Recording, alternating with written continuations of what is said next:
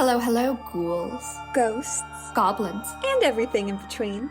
Welcome to Across the Veil with host Emma and Zelda. We're two amateur cryptozoologists on a mission to explore the things that lie beyond. Beyond what? I don't know, the veil? It just sounds poetic and mysterious. True.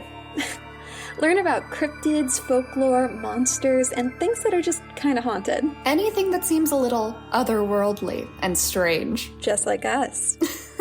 New episodes out every Thursday on all of your favorite podcast platforms like Spotify and Apple Podcasts. Follow us on Instagram at across.the.veil and Twitter at acrosstheveil1. We hope you join us next time. Across the Veil.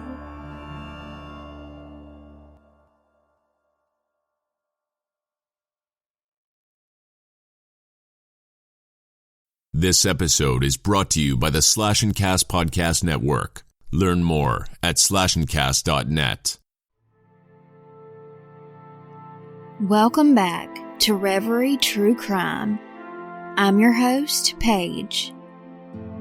In Ted Bundy's own words, he said, "Murder is not about lust, and it's not about violence. It's about possession." A quote by Mark Green says, "If the numbers we see in domestic violence were applied to terrorism or gang violence, the entire country would be up in arms, and it would be the lead story on the news every night." This is the tragic story of Tara Lynn Grant's homicide by the hands of her own husband, Stephen Grant.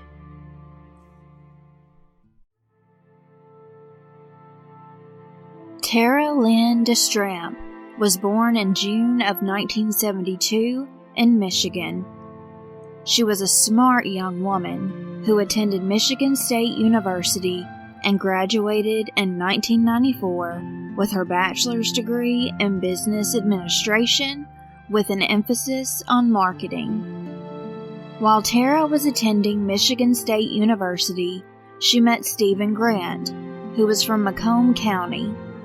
He was working with former state senator Jack Faxon. Stephen had dropped out of school so he could work with Jack. He and Tara had a terrific friendship for months. Stephen pursued her, but she made him aware that she kind of had a boyfriend from her hometown. He was a little annoyed by that answer. Stephen thought, this guy is either her boyfriend or he isn't. That answer of, "I kind of have a boyfriend," was frustrating, but they stayed friends. Tara had an unfortunate event happen in her family that year. Her grandmother passed away. She took a plane to her hometown of Escanaba, Michigan. The day of her grandmother's funeral service, before the funeral even began, to everyone's astonishment, Stephen showed up.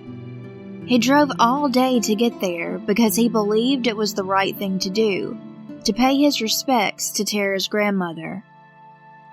He called Tara when he arrived to let her know that he was there at the funeral to be by her side, and she was extremely surprised by it. Things got a little awkward because Tara's boyfriend was there. She let her boyfriend know that Stephen was her friend from college, and she introduced the two.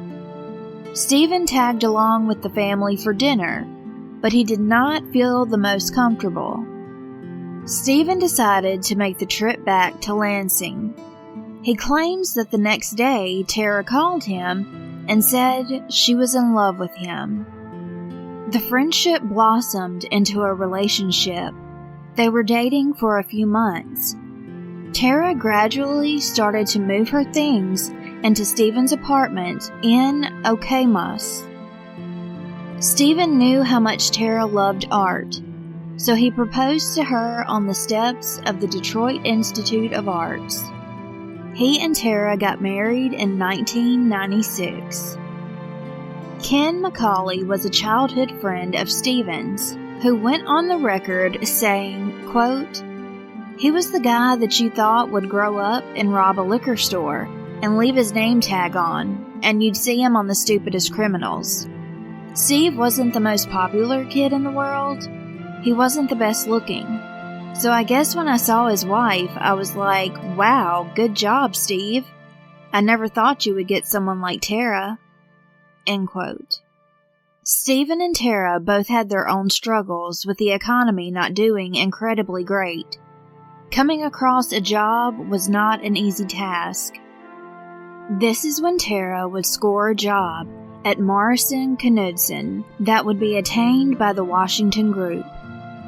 She went on to work for the Washington Group International, a construction company based in Idaho, where she would travel a lot because there were offices around the world.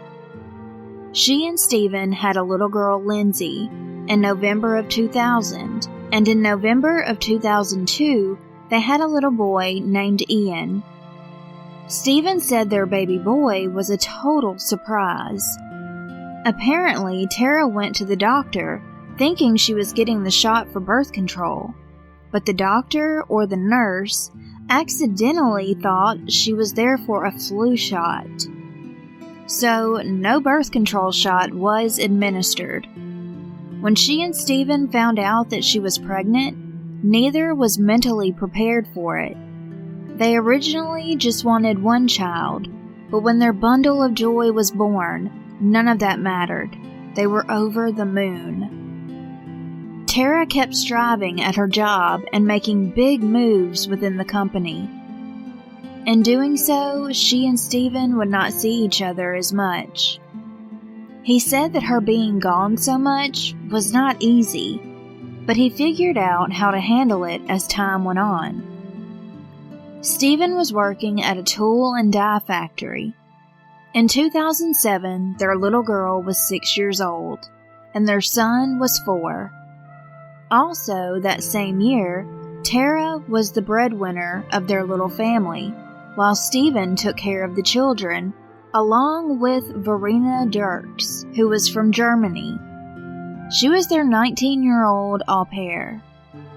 It was Valentines Day 2007 when 37-year-old Stephen made a phone call to the Macomb County Sheriff's Office.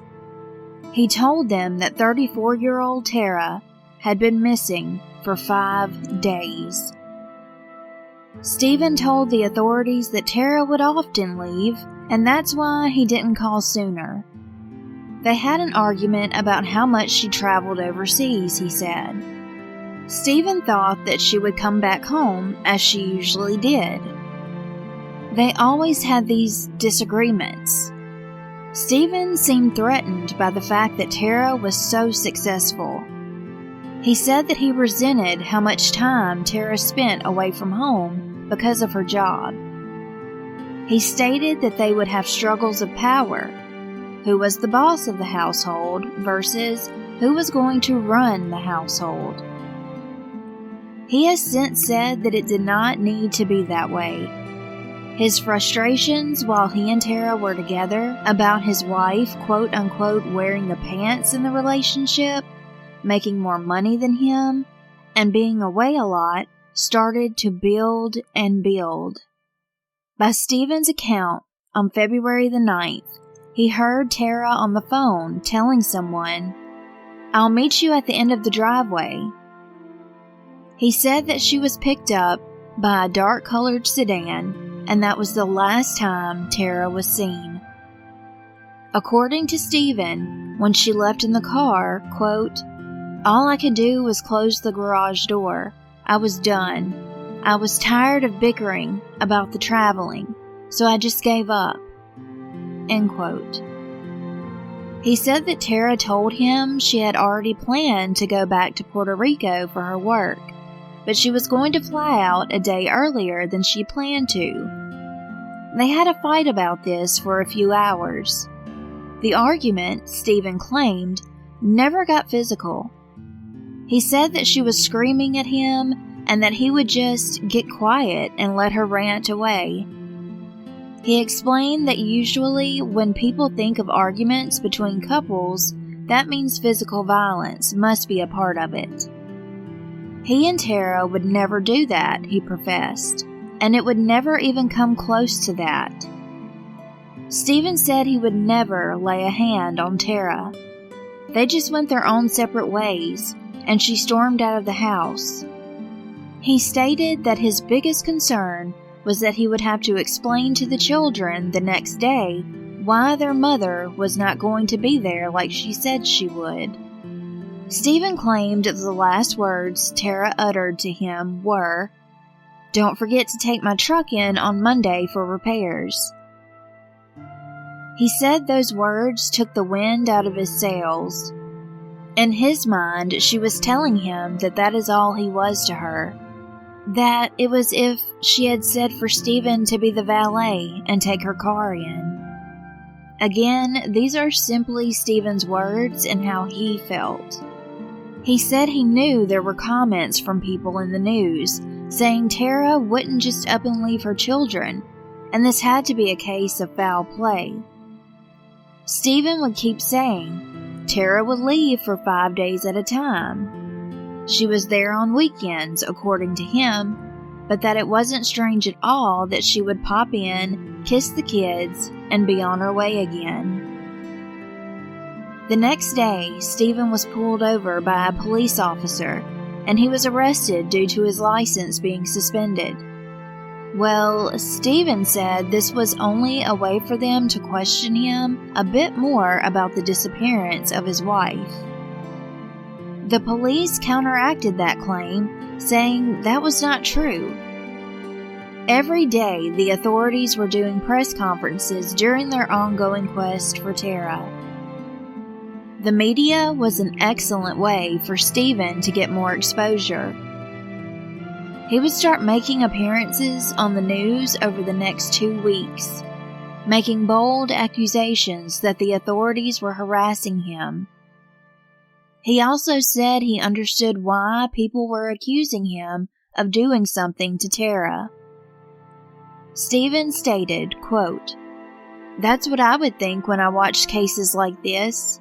When Lacey Peterson came up missing, I was sure her husband did it. But now I'm on the other side of it. I know people think I had something to do with why Tara is missing, but I didn't do it." End quote. He would use the media quite a few times, in tears, as the distressed husband who yearned for his wife to come back home. He said he would much rather Tara was off with another man and not being harmed or in any danger. Oddly enough, after the cameras were off, he would ask the cameramen and women, "How did I look on TV? Is it going to be strange if I get my hair cut? Is it okay if I go shopping?" During the investigation, Stephen's sister Kelly said the couple's marriage was good, with the typical ups and downs. Tara's sister Alicia was in Stephen's corner, but did make a point to say that she was concerned because he seemed verbally controlling. During this time, the detectives on the case are keeping a close eye on Stephen, while chipping away bit by bit at Stephen's unbelievable storyline of what he says happened. Detective McLean said, quote, "We found out that she wasn't back in Puerto Rico. We had checked all the airlines. We knew her passport had not been used, we knew her credit card had not been used, and the cell phone records show when her last call was made." End quote. The investigators finally got a break in the case. A woman strolling through a local park spotted a little bag inserted into a tree. The bag was jam-packed with questionable objects. Detective McLean said, quote, "Gloves, metal shavings, and blood. We later learned that it was, in fact, Tara's blood." This was major. Police started to organize a plan to have the park investigated. They would in no way take their eyes off of Stephen while this was happening. It was during this time when the police said Stephen was not very cooperative at all when they first started their investigation. He did take a polygraph test, but declined to answer any of their questions otherwise. Stephen also made it clear that he would only take the polygraph if it were not given to him by the police. The polygraph test came back inconclusive. March 2nd, 2007. The authorities had a search warrant for the Grant home, located in Washington Township, Michigan. Stephen let the authorities into the home and asked them if he could take his dog on a walk, since he wasn't detained. When they started looking around the home, what they would find was absolutely horrifying. To their utter shock, they came upon a dismembered torso stored in a plastic bag inside of the Grant's garage that was not in plain view. Immediately, this torso was thought to be Tara's. Stephen would walk the children in and out of this garage anytime they left home, and they had no idea where their mom was. Detective McLean said, "We were all standing in the garage, and my partner noticed this bin, and it looked a little out of place, and he opened it up, and he could see that there was a lot of plastic in there, and he kind of poked at it, and he could feel a little give, and he's like, 'That doesn't feel right.'" This is when the detectives decided to take a deep breath and start cutting the plastic open. Author Andrea Billups said inside the bag were the clothed remains of Tara Grant, at least part of her. Her torso from the neck to the top of her thighs, face up. She had on her bra, panties, and part of the slacks that she had been wearing. Tara Grant was dead, and part of her was in her own garage. What quite a few people may not know is, things went into an ominous direction only a few hours before Tara's torso was found. Stephen begged the media to come to his home. He wanted to conduct an interview in the garage. As the media were pulling up, they said they received some information that police were going to begin searching the home. Stephen had been removed from the house, and within a short time they had learned that portions of Tara's body were found in the garage. When they talked to psychologists and therapists afterwards, it seems like Stephen's idea or motive there was to get somebody as close to the crime scene as possible without revealing what he had done. While Stephen claimed he was just going to take his dog for a walk while the investigators did their work, he actually made his escape in a friend's yellow Dodge Dakota. This friend had no idea Stephen was in any trouble or running from the law. The police went on to get an open murder arrest warrant for Stephen. They could not come to a conclusion right away as to what the extent of the charges would be. A manhunt ensued, and the authorities were hot on the trail. Stephen called his sister 2 days later at 5 in the afternoon to check on his kids, and the police were able to track the call. That was all it took. They found him and the yellow Dodge in Michigan's Wilderness State Park, which was 225 miles away. The authorities discovered that Stephen had been to his sister's home, where he stole medications and alcohol. He also had a razor blade, which I'm not sure if this came from his sister's home or not. All of this implied that he had a plan to take his own life. Stephen made his way to the state park and slept in the freezing Michigan winter weather and did not have suitable clothing for the harsh temperature of 14 degrees. He was located under a tree, dressed in a t-shirt, pants, and socks. When he was apprehended in Bliss Township, Michigan, He was flown out to Flint, Michigan, to the Northern Michigan Hospital to be treated for hypothermia and frostbite. Detective McLean said he had extreme hypothermia, semi-conscious. He was seeing people and talking to trees. He was in pretty bad shape. He was then airlifted and then taken to the local hospital. While he was in the hospital recovering, Stephen came clean about what happened to Tara. He had fatally strangled her the night of February 9th when he claimed she had gone missing. He told authorities that Tara was spending a lot of time with a coworker, hinting that she was cheating.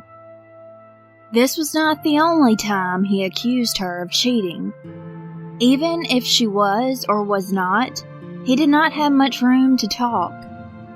He sent emails to his ex-girlfriend that were released by her, where he not only talked about how bothered he was about Tara being gone all the time on business, but he also told this ex-girlfriend he wanted to see her without her clothes on, and explained his desire to give her a sponge bath.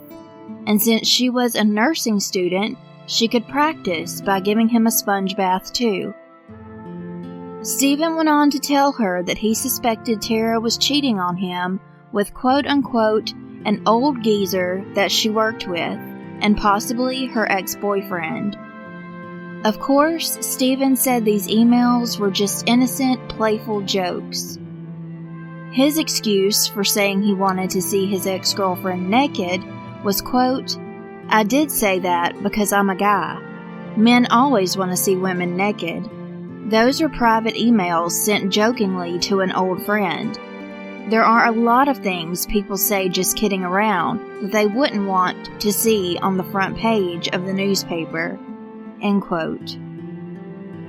Stephen told police about Tara coming home that day after she had been away on business in Puerto Rico. While their kids were tucked away, fast asleep in their beds, their mother was being murdered by the man that she and the kids trusted to always take care of them. Later, Stephen took her body to USG Babbitt, his dad's tool and die shop, and he revoltingly mutilated her. He scattered her body parts in Stony Creek Metro Park in Shelby Township, 2 miles from their house.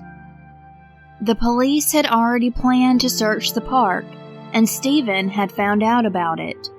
So he retrieved her torso, bagged it up in a black trash bag, and stored it in their garage, of all places.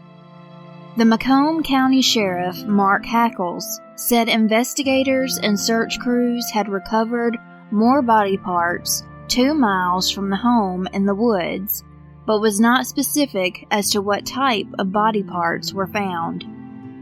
During a press conference, Michael Hackles said, "We searched a 3/4 mile area and uncovered quite a bit of remains. Our search will end at dark and will start early on Sunday. We will bring in the help of 5 canine dogs to assist in finding the rest of the remains." Stephen said that he was tired of being treated like her valet, and that in his mind she was not a good mother because she didn't spend a lot of time with their children. He said his life was, quote, "surreal, like I'm walking around in a dream," end quote. He went back and forth, one minute saying that he praised Tara for being a good mom, but in the same breath, he said she was not a good mom and never had time for the kids. Stephen said, "I was a better mom than Tara was. There's no other way to put it. I was the mom in the house. She was gone all the time. If the kids needed someone to take them to swimming or school or soccer practice, I took them." Alicia, Tara's sister, spoke up in defense of Tara, saying she was a great, loving mother who flew home all the time to go to any school functions the children may have had, which contradicts everything Stephen was trying to say about Tara to make her look like a mom that only cared about her job, implying that she also spent so much time with a coworker. Stephen said, quote, "Some of her family has said in the media how much she loved her kids and how she would try to fly back in order to attend their functions. But that's not true. I can't recall one time when she did that. To be honest, as weird as it sounds for me to say this, I was the perfect mom, not Tara." End quote. So that's at least twice that we know of that he said he was more of a mother than Tara, putting this woman down not only when she was alive, but in her death as well. He even started commenting on her physical looks, saying, "Tara looked completely different when we met. She was beautiful. It's hard to explain. She just looked a lot different. She had the big hair, and it was a different look." After Stephen was released from the hospital, he was taken to jail, followed by a fleet of Macomb County deputies. March 6, 2007, Stephen was charged with premeditated first-degree murder and count 2 discovery and or mutilation of a deceased body. For those who may not know, someone could spend the maximum of 10 years in prison, a $5,000 fine, or both for dismemberment and discovery of a body. Of course, someone would be sentenced to life for premeditated first-degree murder. The Macomb County prosecutor released Stephen's 2-part confession publicly on April 13, 2007, along with a transcript of the interview with detectives and Stephen's handwritten confession. Due to all of this being protected from the children until they are old enough to read it, I cannot get the trial transcripts. There are bits and pieces of things he has said about what happened. As far as public information, this is what he told police. Grant said he and his wife were arguing in the upstairs of their suburban Detroit house in early February over what he said were her frequent work trips. She walked away, he said, and he grabbed her wrist. Tara Grant then slapped him in the face, causing a scratch to his nose. Stephen Grant told police he then hit his wife hard in the head and she fell to the floor. Tara Grant told her husband that she would call the police and he would go to jail for striking her, according to the account. The end result, he claims she said, would be that he would lose custody of the couple's 2 young children. Stephen Grant told police that he then began to choke his wife. He said he covered her face with a piece of clothing, which is what killers usually do when they are murdering someone they know, so they don't have to look at their face. Stephen said, quote, "She finally grabbed my hand at one point, but it was too late then, and I couldn't stop. I knew I was going to prison. I panicked." End quote. Grant said his children never woke up during the nighttime altercation. He told police that after his wife stopped moving, he placed a belt around her neck and tightened it. He dragged Tara Grant down the stairs using the belt and tried to put her in the back of her sport utility vehicle.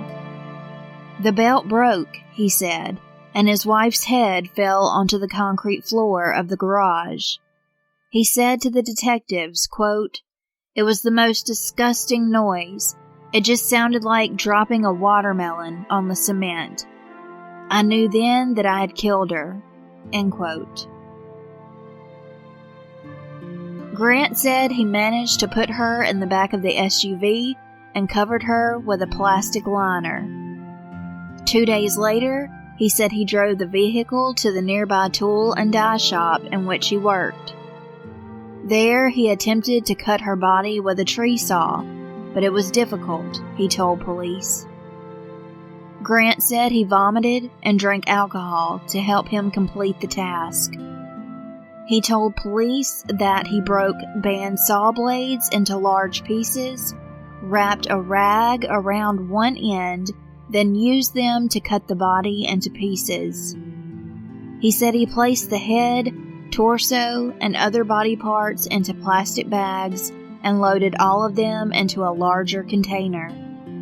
He then drove to his Washington Township home with the body parts stored in the rear cargo area of the vehicle. According to the documents, Grant said, quote, "I just told myself, look, if you don't do this, you're going to go to prison for the rest of your life, and I just kept cutting her." End quote. Stephen said he used their kid's red plastic sled to carry his wife's remains into the woods where he scattered them.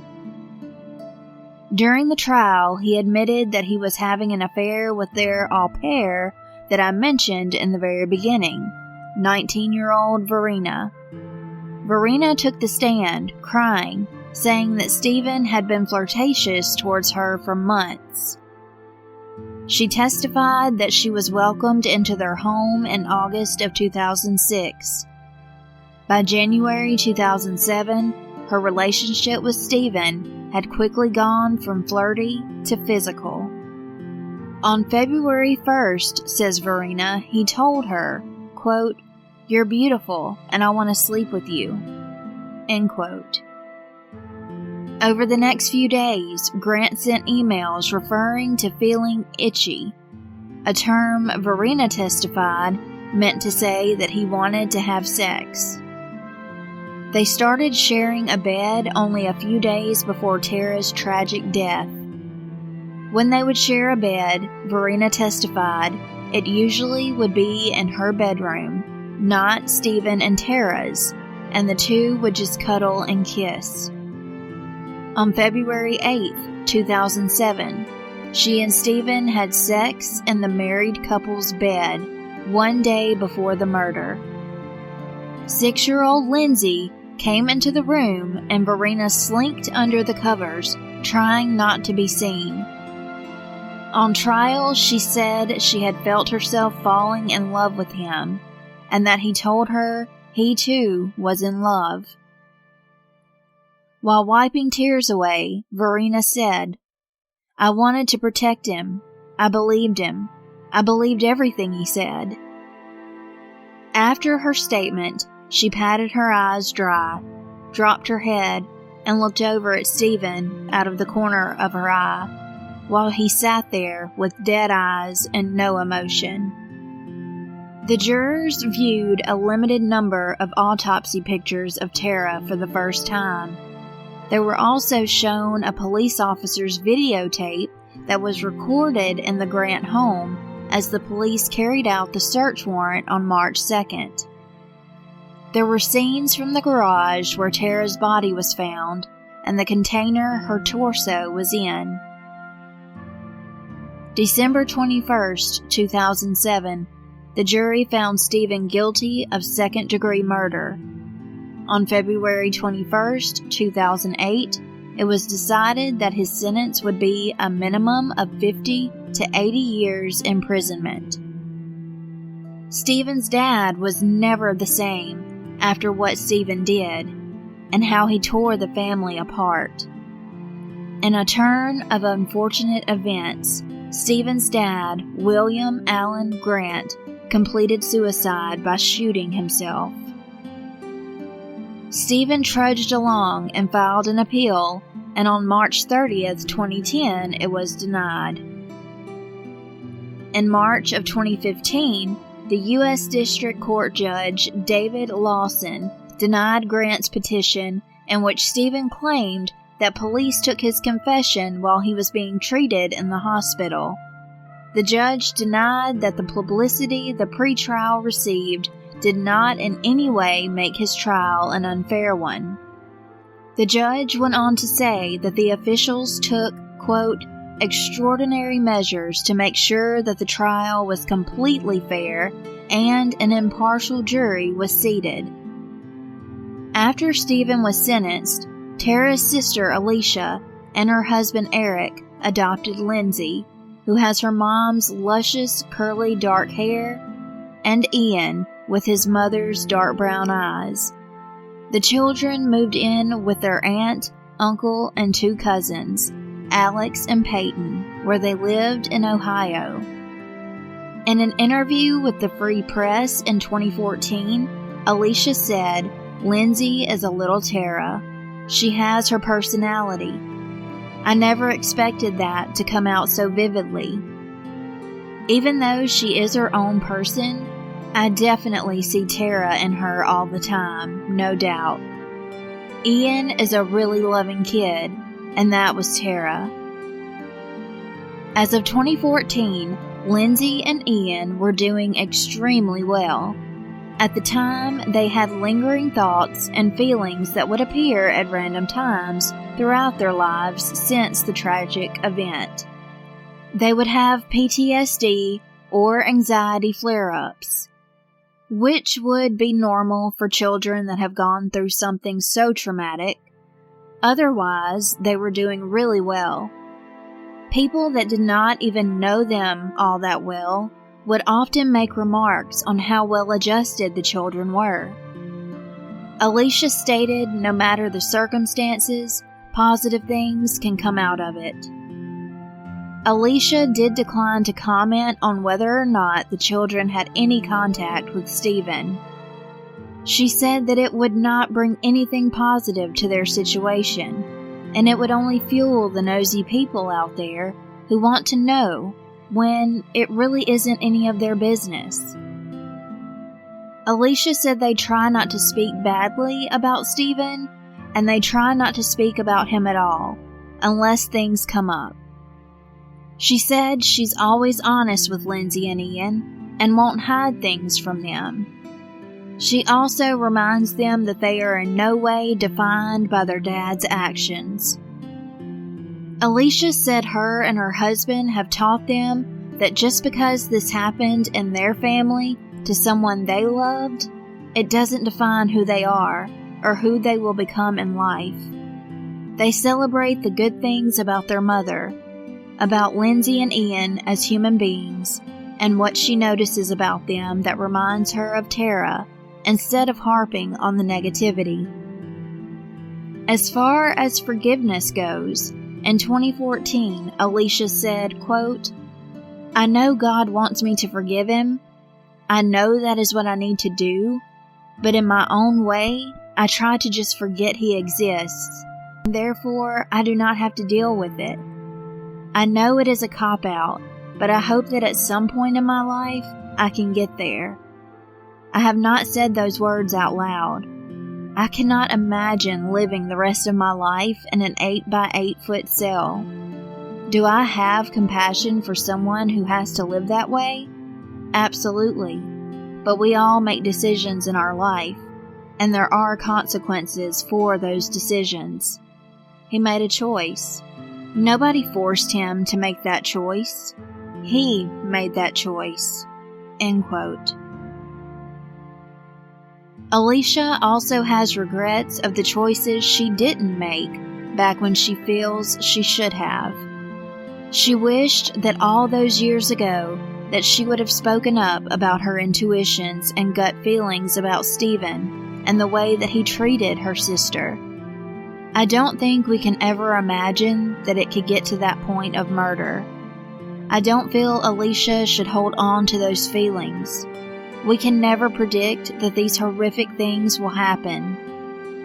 Hindsight is always 20/20, and I don't believe Tara would want Alicia to live that way. I believe there are more educational resources these days online and more ways to educate ourselves on what to do and how to do things safely now more than ever. I know things like this won't completely ever stop, but hopefully, with all of the things that we have learned, more people can get out safely. Alicia said that Stephen's personality was controlling, and he always had to get that last word in. He always had to be right, to the point where he would put others down just to make his point. She said that like a lot of women, Tara did not know anything about her finances, and that was a weapon of control. He isolated Tara from the people that she loved, her own family. She realizes now that she noticed these things, but she said in hindsight she didn't know what to do about it, which is perfectly normal. Sometimes people don't know what to do, and to do it safely is key, because we don't want the victim to suffer. It's a really hard place to be in, and I feel for Alicia. And if I could tell her anything, it would be to not be so hard on herself. So many people out there have such similar stories. Tara would not want Alicia to live with those feelings, and honestly, I wish I could give Alicia the biggest of hugs. Of course, we have those I should have, I wish I would have moments. I would urge Alicia not to beat herself up. It's okay. I know we cannot help when those feelings emerge, and we should deal with them accordingly. But we should not stay in that place of regret for too long. Alicia, you are doing the best you can by Tara right now by taking care of those two precious kids. I can guarantee that nothing makes Tara happier than seeing how well her children are being taken care of. From 2007, from when this article was published in 2014, Alicia and the family have worked with a domestic violence shelter and outreach organization in Macomb County called Turning Point. They raise money and awareness with 5K walks in Tara's memory. In 2017, Tara's daughter, Lindsay, was 16 years old, and she spoke to the Detroit News, and she said, quote, "My mom would be really proud of what's going on. She would not want her death to be unimportant. She would want people to understand that situations do happen, and it, unfortunately, takes one person to lose their life for other people to get the courage to understand." End quote. In 2017, Lindsay was in 11th grade, and she was on the swim team. She ran track in the spring and rock climbed in the winter. Ian, at that time, was a freshman, and he was on the wrestling, football, and track team. Both attended New London High School in Wisconsin. Ian and Lindsay have taken Alicia and Eric's name, Standifer, as their last name, and they look forward to traveling back to their home state every year for Tara's walk. Lindsay, in tears, thanked everyone at the event in 2017, saying, "It means absolutely so much, more than you can imagine." The 5K walk at Freedom Hill Amphitheater also kicked off Domestic Violence Awareness Month. More than 500 people, including surviving family members, walking in honor of lost loved ones, were registered in 2017. Proceeds benefit the Tara Liberation Fund, which provides emergency cash assistance for domestic violence survivors. At 14 years old in 2017, Ian said, quote, "If I can see things like that, I can know what's going on and I can help. It's preventable. And even if you're not directly affected by domestic violence, you can still help someone who is." I think one of Alicia's statements is a good one to leave off on when she said, quote, "We keep Tara in our memory always. We celebrate her birthday every year. We do things to keep her memory alive with the kids." End quote. And that is the story of Tara Lynn. If you or someone you know or even suspect is going through domestic violence, please call one of the numbers in the show notes. I'll put all of the national and international hotline numbers there for you to use if you need to. Thank you so much for listening to today's episode. Until next time, stay safe, take care. I love you.